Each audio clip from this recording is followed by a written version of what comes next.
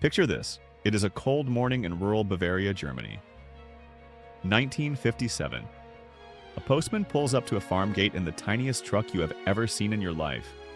It looks like someone took a regular delivery van, put it through a washing machine, and shrunk it down to the size of a large dog kennel. The wheels are barely bigger than bicycle tires. The engine is smaller than most motorcycles. It produces, on its very best day, somewhere between 14 and 28 horsepower. You could sneeze harder than this engine runs.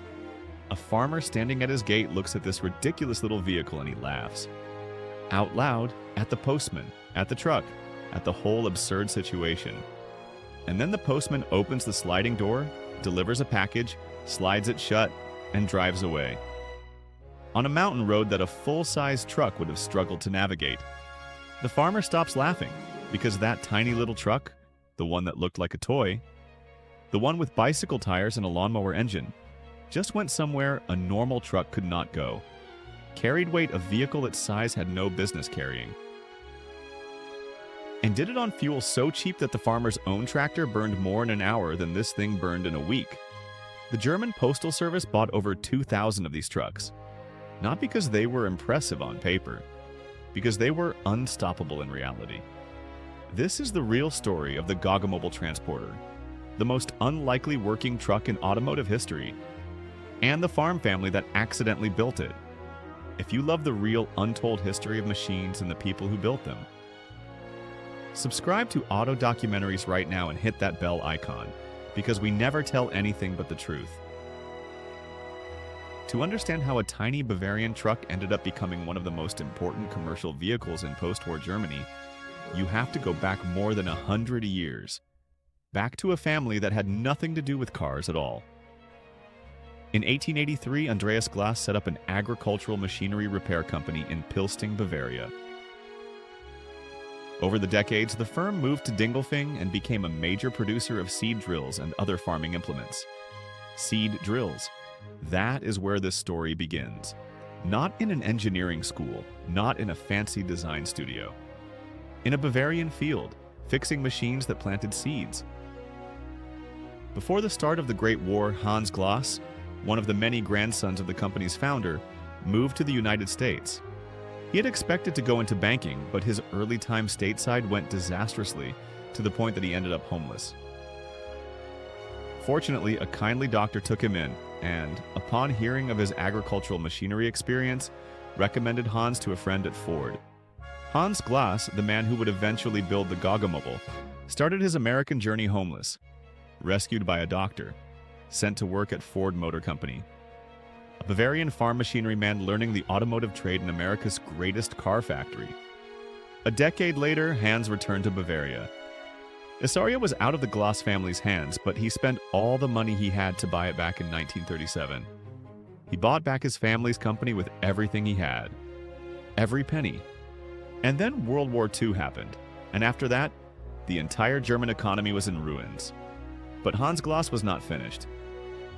After World War II, as agricultural equipment demand declined and the German economy began to recover, Glas sought new opportunities. In 1951, the company introduced its first motor scooter, the Goggo, which became wildly popular in post-war Germany. The scooter's name, Goggo, came from something deeply personal. The scooter's name was derived from Hans Glas's son's nickname, and would go on to inspire the company's automotive branding.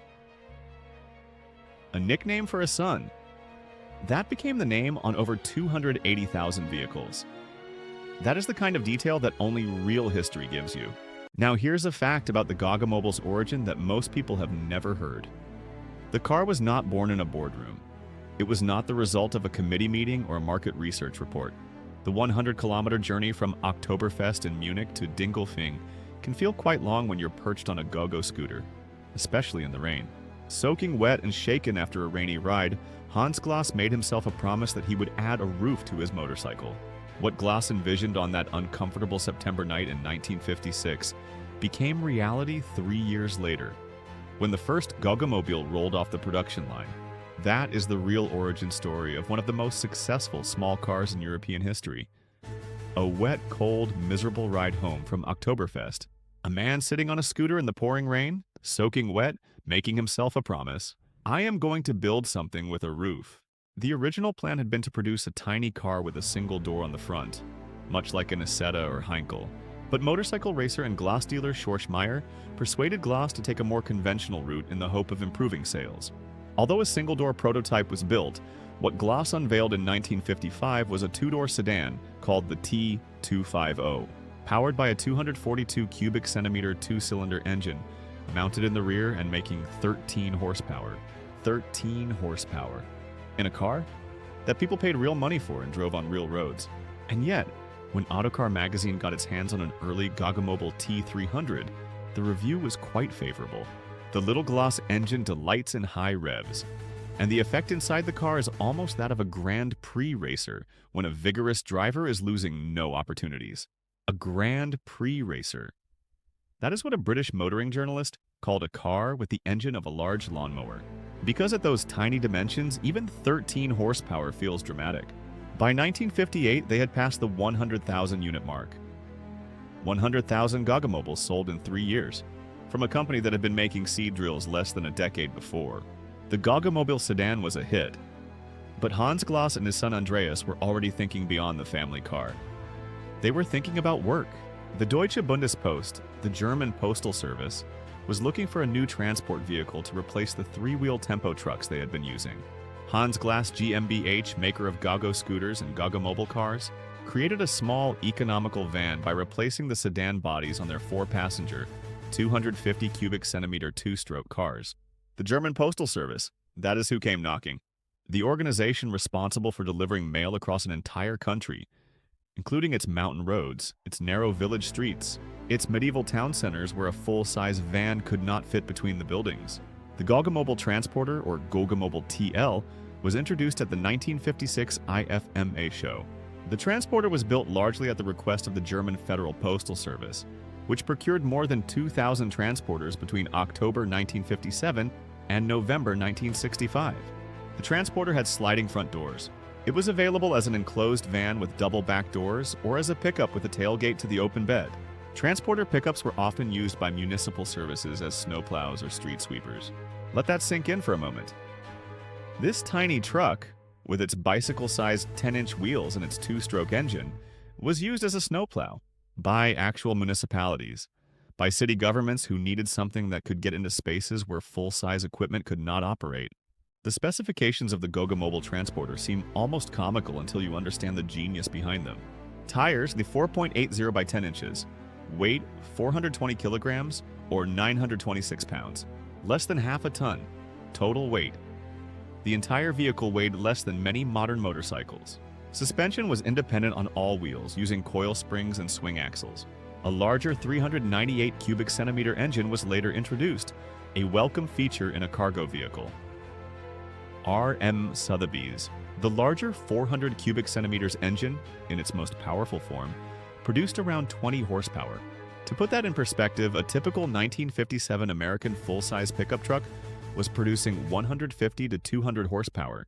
The Goggomobil Transporter had roughly 1/10 of that power, and it did not matter, because the physics of the situation worked entirely in the little truck's favor. The transporter weighed 926 pounds. Add a reasonable load and a driver, perhaps 1,400 pounds total. A 20 horsepower engine moving 1,400 pounds gives you a power-to-weight ratio that is actually reasonable for the work being done. The Goggomobil Transporter was not competing with full-size trucks on the highway. It was doing jobs that full-size trucks physically could not do.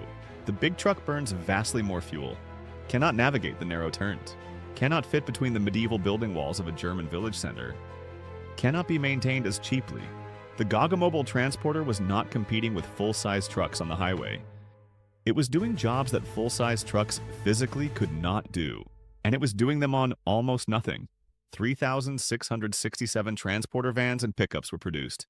Not a massive number, but every single one of them was a working vehicle that earned its keep in real-world conditions. Over 2,000 went directly to the German Postal Service. The rest went to tradespeople and municipal services. Here is the part of the story that most people miss. The part that explains why a 28 horsepower truck could shock everyone at a towing demonstration. Weight is everything in low-speed towing and hauling, not horsepower. Think about it this way. When you are towing something at very low speed, pulling a stuck vehicle, moving a load across a yard, navigating a tight space, what matters is not peak horsepower. What matters is torque, weight distribution, and traction. The Goggomobil Transporter had independent suspension on all four wheels. That means all four wheels were always in contact with the ground, regardless of the terrain. A cheap truck with a solid rear axle, and even the kind of simple design used on most working vehicles of the era, could lift a wheel off the ground on uneven terrain, losing traction entirely.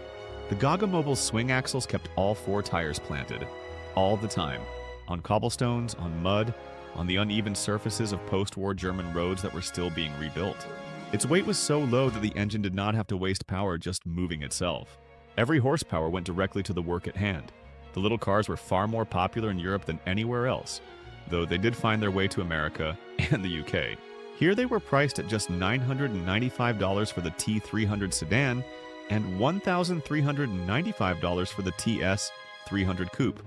At a time when the average American car cost about $2,000, they were some of the least expensive cars on the road. $995 for a complete car, when everything around it cost twice as much. The Transporter version was priced comparably for commercial buyers, and its running costs were almost nothing.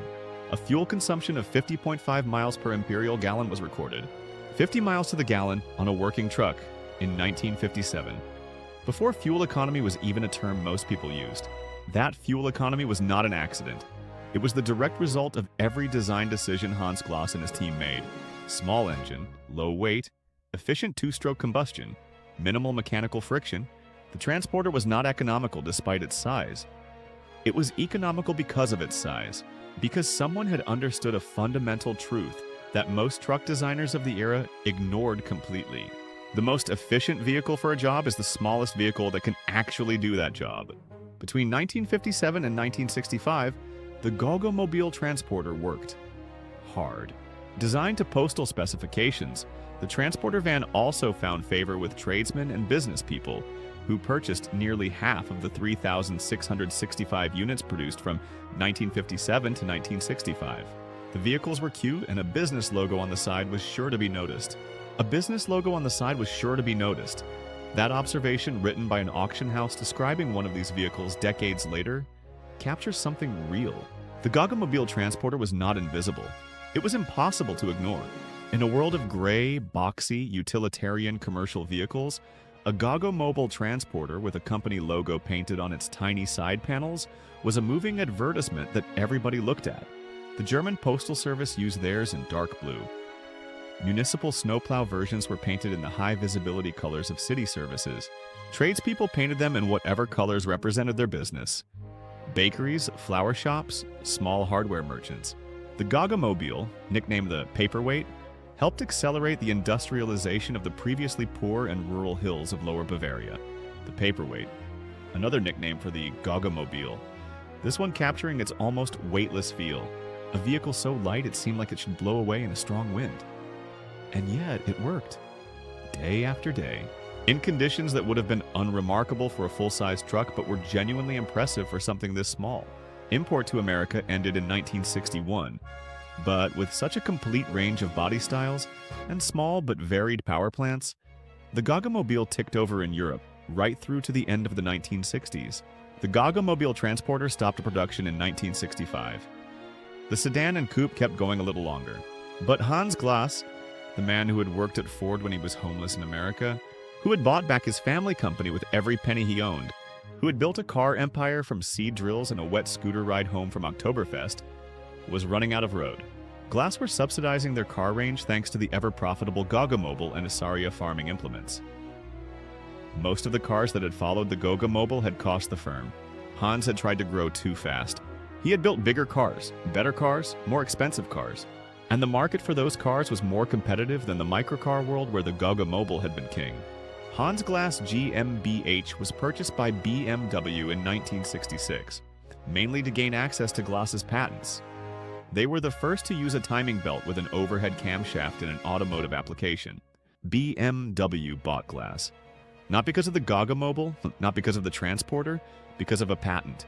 A technical innovation in engine design that Hans Glas's engineers had developed, the rubber-toothed timing belt driving an overhead camshaft, was technology that BMW wanted. Meticulously, attention was paid to ensure that the paltry Goggomobil would never be associated with the BMW name or logo. BMW was embarrassed by the Goggomobil.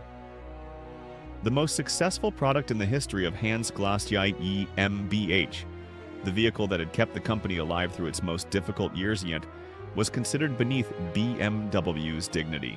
The last example rolled off the production line on June 25, 1969. A little later, the senior boss, Hans Glas, died at the age of 79. He was not spared to see that the last car that bore his trademark and his life's work would be discontinued. Hans Glas died in 1969, the same year his last car stopped being built. He did not live to see what happened next.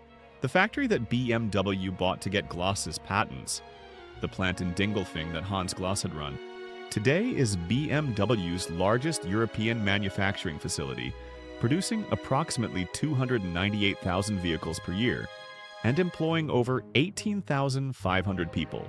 The farm boy who worked at Ford while homeless in America, the man who built cars from seed drills and a rainy scooter ride. His factory, if the one he poured his life into, is now the biggest BMW plant in Europe. He never knew. He never knew what his factory would become. The Goggomobil Transporter that nobody laughed at twice. The tiny truck that delivered Germany's mail through mountains and medieval village streets on 10-inch wheels and 28 horsepower. The vehicle that proved something the automotive industry has been relearning ever since. That the right tool for a job does not have to be the biggest tool. It just has to be the right one. Now you know the real story.